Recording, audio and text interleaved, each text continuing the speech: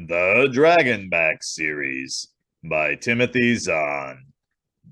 Book 2, Dragon and Soldier. Chapter 14. Jack sat up straight, his tiredness suddenly gone. How do you know? I am a poet warrior of the Kada, Dracos reminded him. The reading of maps is part of my profession. I have been watching the ground through the window. Jack's stomach was trying to do somersaults. How far off are we? Our course from Mersab should have taken us at an angle directly north of east, Draco said.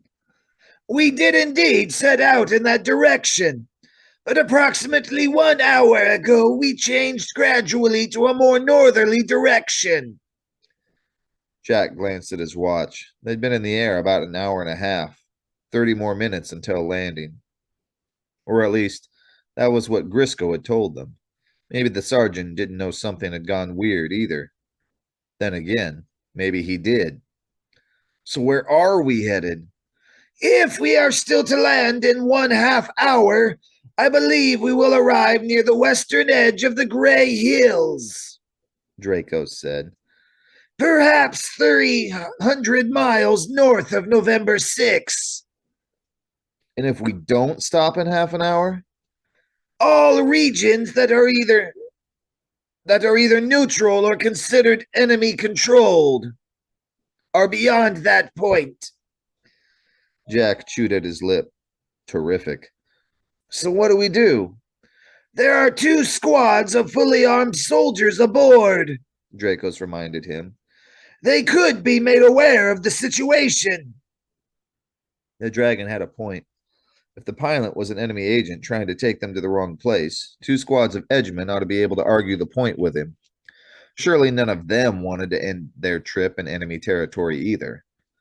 On the other hand, having a gun battle in the middle of a flying transport didn't sound like a very smart idea. I'd better talk to Grisco, he decided. Come on, get aboard. Obediently, the dragon stepped onto Jack's outstretched hand and slithered up his sleeve. Sealing the neck of his shirt again, Jack headed out. Grisco was sitting alone in the back on the opposite side of the links from Jack's seat. He'd probably picked that spot so he could watch the rest of the group. Though at the moment he wasn't watching anything at all. His eyes were closed, his head sagging slightly against the headrest. Jack pursed his lips. The sergeant was probably not going to like this. Sergeant Grisco? He said quietly. Grisco's eyes remained closed. What is it, Montana? I think we're off course, sir. Grisco pried one eye open and squinted up at him. Excuse me? We're not headed to November 6, Jack told him. We seem to be going somewhere north of there. Grisco pried the other eye open, and for a long moment he seemed to be studying Jack's face. Good observation, he said at last. As it happens, our orders have been changed. The Shamshir moved their transmitter yesterday to point Kilo 7. We're moving with it. Oh, Jack said. So that was it. All nice and simple and reasonable. Certainly a lot less threatening than a daring midnight hijacking. Which left only one little problem. Uncle Verge was still heading for the area around November 6, which meant that Jack's plan for letting the Gin 90 information was no longer going to work. Worse, when it came time to wrap this up and make a run for the tall grass, his primary escape route was going to be sitting on the ground 300 miles away. Grisco was still gazing up at him. Is this a problem for you? He asked. No, sir, Jack said, trying to sound as unconcerned as possible. Sorry to have wakened you. Half an hour to the base, Grisco said, closing his eyes again. Better get some rest. I've got a strange feeling you're going to be on sentry duty tonight. Jack grimaced. Yes, sir. He returned to his seat and curled up again beside the window. Even in the few minutes he'd been away, the shadows of the trees had visibly lengthened along the ground. Sunset couldn't be too far away. I do not like it, Dracos murmured from his shoulder as he slid open the neck of Jack's shirt again. Me neither, Jack agreed. He pulled his shirt open a little more and shifted in his vest so that the dragon would have a better view out the window. You first. I am not familiar with your transmission science, the dragon said. But with the Kada and Shantine, a device that can reach between stars is large and not easily moved. Certainly not in a single day. That's mostly true here, too, Jack agreed. The SNA's got a compact interworld transmitter built into it, but Uncle Virgil was always setting up deals and scams across the Orion Arm. He couldn't risk having them traced back to him through a commercial interworld site. Even our largest ships cannot carry such a transmitter, Draco said. Are such common here? Not really, Jack said, frowning. Actually, not at all. The biggest Starforce ships have them, I know, and I'm pretty sure a few Starliners do too. But now that I think about it, I can't remember anyone else in Uncle Virgil's circle having one aboard their ships. Whatever he paid for ours, the price must have been astronomical. He snorted. Either that or he stole it. Then let us assume the Shamshir transmitter is not easily portable, Draco said.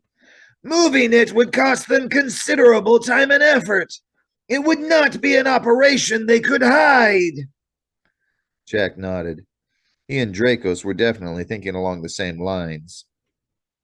In other words, it should have taken a couple of weeks to get a new site prepared, break down the transmitter, and then move it, which means we should have heard about this before we left Carrion.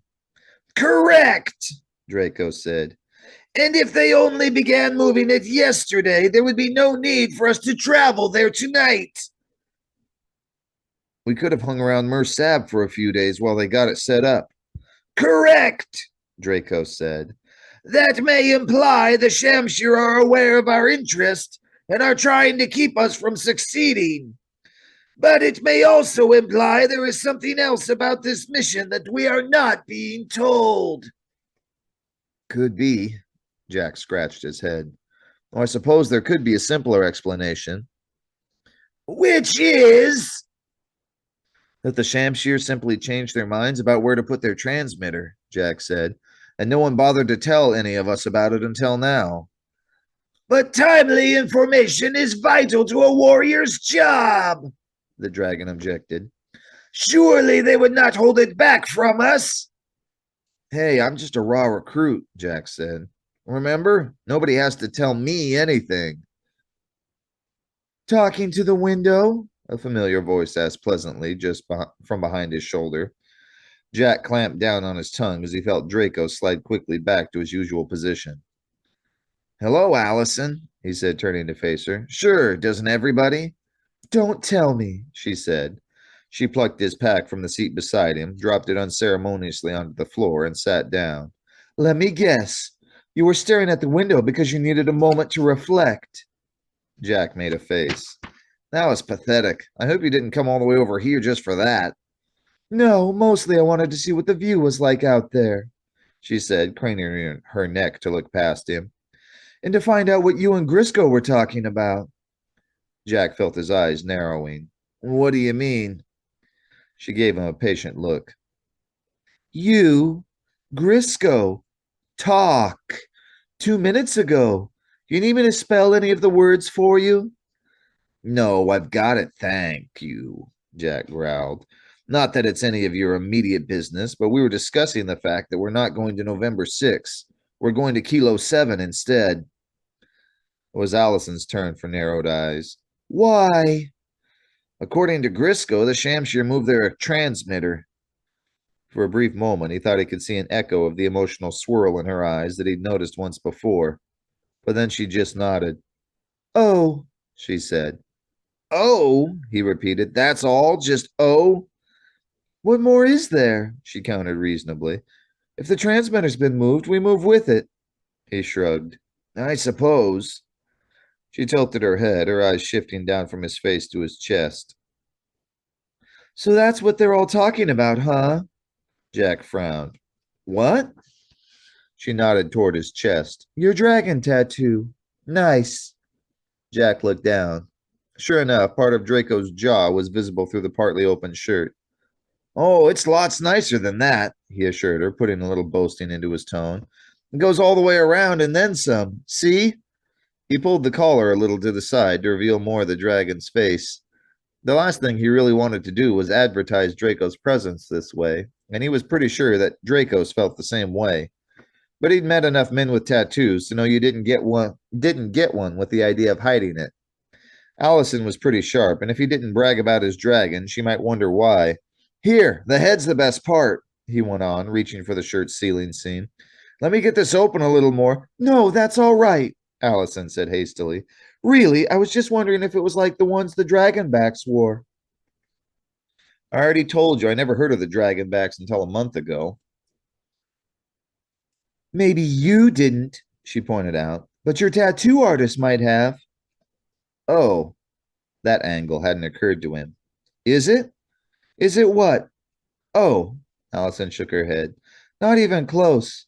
The Dragonbacks had their tattoos between their shoulder blades just below the neck. A little dragon coiled around itself into a circle, nowhere near as big as yours. You seem to know a lot about them. She shrugged. Like I said, I do my research. Always terrific to talk to you. She got up and headed back forward to her own seat. Interesting, Dracos murmured. What is, Jack asked, turning back to the window, her obsession with dragon tattoos? That she noticed your conversation with Sergeant Grisco and wondered about it, Draco said. She is quite observant. Jack closed his shirt down to where it had been before Allison showed up. Observant and nosy, he agreed. I wonder if they know this is her second try at joining a mercenary group. I do not know, Draco said. Do you think you should tell them? Jack gazed out the window, weighing his options. Below them, the shadows were lengthening still more. Above them, the sky was definitely beginning to darken. No, he decided at last, but let's keep an eye on her. The last 20 miles were spent traveling at treetop height, with the lynx dodging its way around the handful of taller trees and an occasional hill of tall rock. Jack gazed out at the blur of green shooting past his window, fully expecting to crash and burn any minute. Uncle Verge could have pulled off this kind of maneuver easily, but it wasn't Uncle Verge running the controls up there. Fortunately, the pilot knew what he was doing. He ran the course without so much as a single serious bump, and a few minutes later had set them down in a small clearing at the base of the rocky cliff face. If parts of the Carrion training base had been Spartan, the Kilo 7 outpost was downright primitive. The only solid structure was a flimsy-looking prefab building about the size of a one-bedroom hotel room. Grisco identified it as the outpost HQ and the place where Tango 5 Zulu would be setting up their computers and listening gear. The rest of the outpost consisted of 4 tents scattered beneath the trees.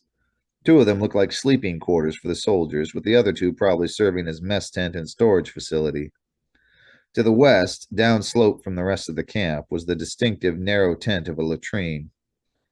Further out, to the north and south of the camp, Jack spotted 2 small defensive outposts. They weren't much, little more than foxholes with a couple of long gun muzzles poking out. Still, it was nice to know that the enemy couldn't overrun the place without the Edge at least being able to put up a fight.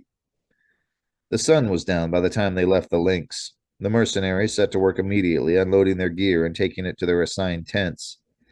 Jami and the rest of Tango 5 Zulu were so busy lugging their computers and other equipment to their headquarters building that they didn't have much time to rest. Jack, to his complete lack of surprise, found himself assigned to night sentry duty. His post was about 60 yards south of the camp, perhaps 40 yards beyond the defensive foxhole on that side. All 60 yards of it were down here. Here's your cage, Grisco said, stopping beside a tree that looked rather like an elm with a bad skin condition. Cage? Your sentry post, Grisco said with exaggerated patience. Didn't you read the manual? I must have missed that part, Jack murmured. He had read the manual, thank you, and there had been no mention of the term cage being used for a sentry post. But there was nothing to gain by pointing that out. He'd apparently been put on sentry duty for waking up Grisco aboard the transport. He didn't really want to see what would happen if he added to his crimes by arguing with the man. Well, then, pay attention now, Grisco growled. He pointed to a group of 4 small round monitors that had been nailed to the tree trunk.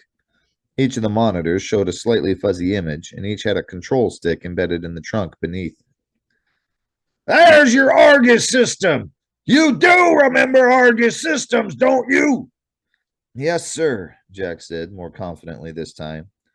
Argus was a passive observation system for sending images from one area to another. The far end, called the eye, could be up to 500 feet away with a fiber optic cable linking it to one of the monitors here at the sentry post. The direction each viewer was pointed could be shifted by means of a wire control system. The control line ran through its own cable alongside the fiber optic one, connecting to the lever beneath the monitor. Jack could remember thinking when he first read about it that Argus had to be the most ridiculously primitive system in the known universe. It was only later, as he read about electronics and power source detectors, that he had realized there was actually a good reason for the system. Out here in the middle of the forest, the electronics of a normal sensor system would stand out like a nightlight in a dark room. Argus, on the other hand, would never even be noticed unless the enemy happened to trip over one of the cables. Yeah, I'll bet you do, Grisco grunted. Reaching to a small rectangular plate beneath the monitors, he flipped up its protective cover. Underneath was a glow-in-the-dark schematic of the area, with Jack's outpost in the middle and the edge of the main map behind him along the bottom. Here's where your eyes are located, he said, tapping the map in 4 places. You'll be relieved at midnight. Don't fall asleep. He turned back toward the camp. What if there's trouble? Jack asked. Grisco frowned. Like what? Like the enemy shows up? Jack said. Do I get a comm clip or something to call in an alarm? Grisco was looking at him as if he was crazy. Don't be absurd, he said. The enemy doesn't even know we're here. But tell you what, Grisco cut him off. If they come this way, you haul out your gompers and start shooting. We'll notice. Trust me. With that, he stalked off into the growing darkness, the matting of dead leaves crunching under his feet. He disappeared from sight, leaving only the sound of his footsteps to mark where he was. A dozen seconds later, even those had faded into silence, and Jack and Dracos were alone.